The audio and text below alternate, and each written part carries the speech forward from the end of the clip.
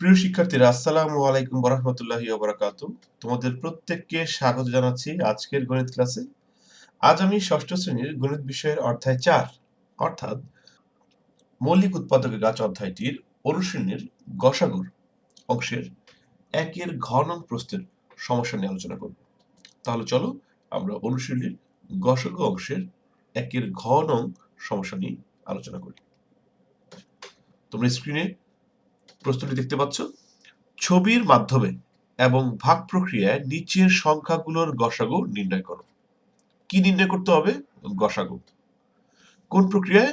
ছবির মাধ্যমে এবং ভাগ প্রক্রিয়ায়। কাদের?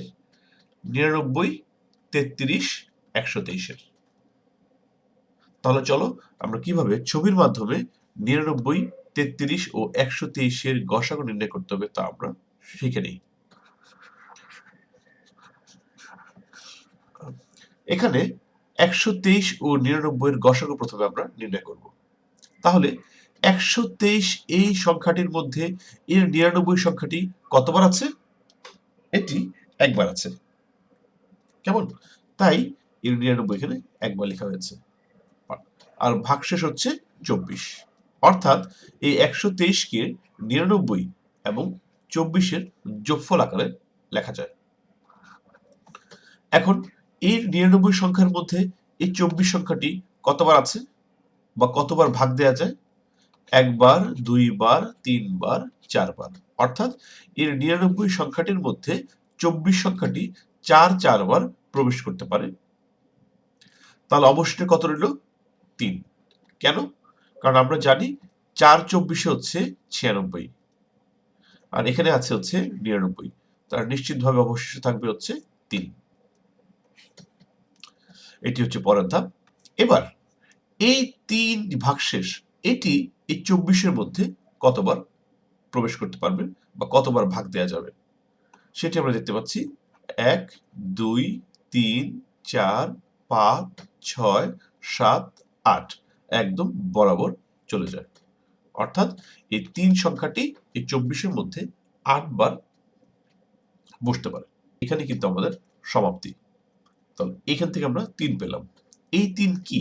এই ৩ হচ্ছে ১২৩ এবং ৯৯ এর মধ্যে গরিষ্ঠ সাধারণ গুণনীয়ক। অর্থাৎ এই ৩ দ্বারা ২৪ কে ভাগ করা যাবে, এই ৩ দ্বারা ৯৯ কেও ভাগ করা যাবে, এই ৩ দ্বারা ১২৩ কেও ভাগ করা যাবে। এবার এই ৩ এর সাথে আমরা এই ৩৩ এর গসাগু নির্ণয় করব। তাহলে এই ৩৩ সংখ্যাটির মধ্যে এই ৩৩ সংখ্যাটির মধ্যে ৩ সংখ্যাটি কতবার প্রবেশ করতে পারবে বা কতবার ভাগ দেওয়া যাবে? তাহলে এই ৩৩ এবং ৩ সংখ্যাটি ১, ২, ৩, ৪, ৫, ৬, ৭, ৮, ৯, ১০, ১১ অর্থাৎ ১১ বার প্রবেশ করানো যাবে ৩ সংখ্যাটিকে ৩৩ এর মধ্যে। এবং একটি বিষয় লক্ষণীয় যে ৩৩ এবং এই যে এই অংশটি একদম বরাবর সম্পূর্ণ হয়ে গেছে। অর্থাৎ আর ভাগ প্রক্রিয়াকে আগানো যাচ্ছে না। তাহলে এই যে সর্বশেষ ৩ এটি কিন্তু আমাদের গসাগু। এটি আমরা কি নির্ণয় করলাম? চিত্রের সাহায্যে বা ছবির সাহায্যে আমরা গসাগু নির্ণয় করলাম। অর্থাৎ নির্ণয় গসাগু হবে হচ্ছে ৩। এবার আমরা ভাগ প্রক্রিয়ার সাহায্যে গসাগু নির্ণয় করব। ভাগ প্রক্রিয়ার মাধ্যমে গসাগু নির্ণয়। ঠিক একইভাবে আমরা দুইটি বৃহত্তম সংখ্যা নিব ১২৩ এবং ৯৯। এদের মধ্যে আমরা ভাগ প্রক্রিয়া পরিচালনা করব। তাহলে দেখতে পাচ্ছি আগের নিয়ম অনুযায়ী এই যেটি হচ্ছে প্রথম ধাপের ভাগ, অর্থাৎ এখানে ১২৩ হচ্ছে ভাজ্য আর এই ৯৯ হচ্ছে ভাজক। তাহলে ভাগ প্রক্রিয়া আমরা কি পেলাম? আমরা ভাগফল পেলাম ১ এবং ভাগশেষ হচ্ছে ২৪। তাহলে এটিকে যদি আরো সামনের দিকে এগিয়ে নিই, এই ২৪ ভাগশেষ এখন হবে ভাজক আর এই যে এখানে ছিল সেটা হবে এখন ভাজ্য। তাহলে এই ২৪ এবং ৯৯ এর মধ্যে যদি আমরা ভাগ প্রক্রিয়া পরিচালনা করি তাহলে এটা পাই।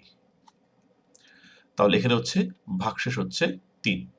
তাহলে অনুরূপভাবে আবার একই পদ্ধতি এখানেও যদি প্রয়োগ করি আমরা এটা পাই এবং সর্বশেষ দেখতে পাবো যে আমাদের এখানে ভাগশেষ হচ্ছে ০।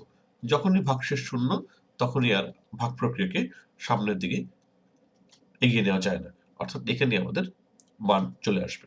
এবার আমরা কি পেলাম? ভাজক। ভাজক আমরা পেলাম হচ্ছে 3। এই 3 এর সাপেক্ষে এই 3 এবং 33 এর মধ্যে আমাদের গসাগু নির্ণয় করতে হবে।